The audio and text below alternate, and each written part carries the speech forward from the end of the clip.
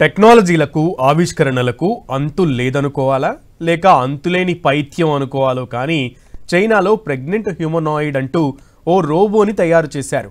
ఈ రోబోలో ఆర్టిఫిషియల్గా గర్భాశయం అమర్చడమే కాకుండా అందులోనే శిశువును పెంచవచ్చంటూ చైనా కంపెనీ కైవా టెక్నాలజీ ప్రకటించింది. పైగా వచ్చే ఏడాది కల్లా ఇలాంటి ఓ రోబోని వాడకంలోకి తీసుకువస్తామంటూ చెప్తోంది.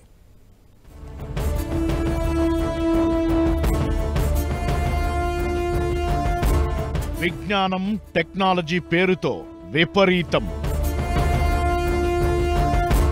హ్యూమనాయిడ్ ప్రెగ్నెంట్ రోబోలంటూ చైనా సాంకేతికత. ఇప్పటికే ఏఐతో పోతారు మొత్తం పోతారు అంటూ సాక్షాత్తు ఆ artificial intelligence god father Geoffrey హింటనే తలబాదుకుంటున్న వేళ చైనాలో మరో టెక్నికల్ వండర్ బయటపెట్టారు. అమ్మతనానికి సవాల్గా నిలిచే ఈ విపరీత పోకడని చైనా ఇతర సైంటిస్టులు శాస్త్రలోకం సాధించే విజయంగా పొగుడుకోవచ్చు. కానీ 9 నెలల తల్లి గర్భంలో పెరగాల్సిన శిశువు రోబో కడుపులో పెరగడమేంటి? అనారోగ్య సమస్యలతోనో మరో కారణంతోనో టెస్ట్ ట్యూబ్లోనో సెరోగసీతోనో పిండం ప్రవేశపెట్టి పెంచారంటే కాస్తో కూస్తో అర్థముంది.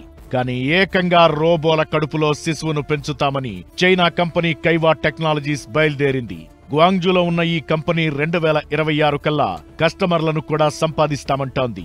1,00,000 యువాన్లు కడితే ఇలా అద్దె గర్భం ఉన్న హ్యూమనాయిడ్ రోబోని ఇస్తామని ప్రకటించింది.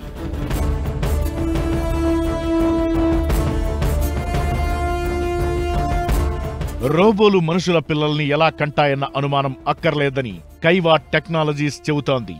రోబోల్లో కృత్రిమ గర్భాశయాన్ని ఏర్పాటు చేస్తారు. అందులో అండం వృద్ధి చెందుతుంది. 9 నెలల తరువాత బయటకొస్తుంది. రోబో గర్భంలో బిడ్డ పెరుగుతున్నంత వరకు పైపు ద్వారా పోషకాలను అందిస్తారు. చెప్పడానికి చాలా సింపుల్ గా కనిపిస్తోంది గాని ఇక్కడే నైతికత అంశం చర్చించాలి.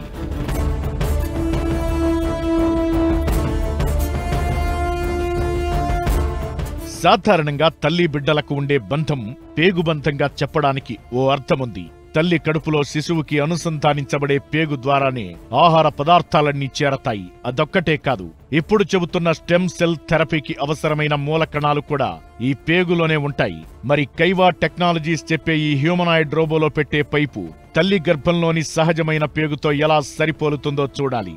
మామూలుగా నెలలు తక్కువగా పుట్టే శిశువులే పెరిగిన తరువాత కాస్త తేడాగా ప్రవర్తిస్తారని చెబుతారు. అలాంటిది ఇలా ఓ రోబో గర్భంలో పెరిగే శిశువుల పరిస్థితేంటి?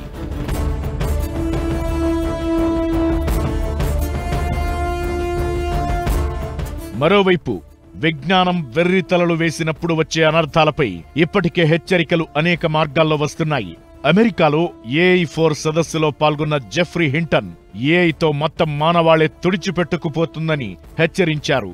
ఈ కోణంలో చూసినప్పుడు ఆయన చెబుతున్న ముప్పు ఈ హ్యూమనాయిడ్ ప్రెగ్నెంట్ రోబోల నుంచి కూడా ఉందనుకోవచ్చు. టెక్నాలజీ విపరీతంగా పెరిగిపోయి చివరకు మనుషులు అక్కర్లేని లోకంగా తయారైతే అదే ఏఐతో వచ్చే ప్రమాదంగా చెబుతున్నారు.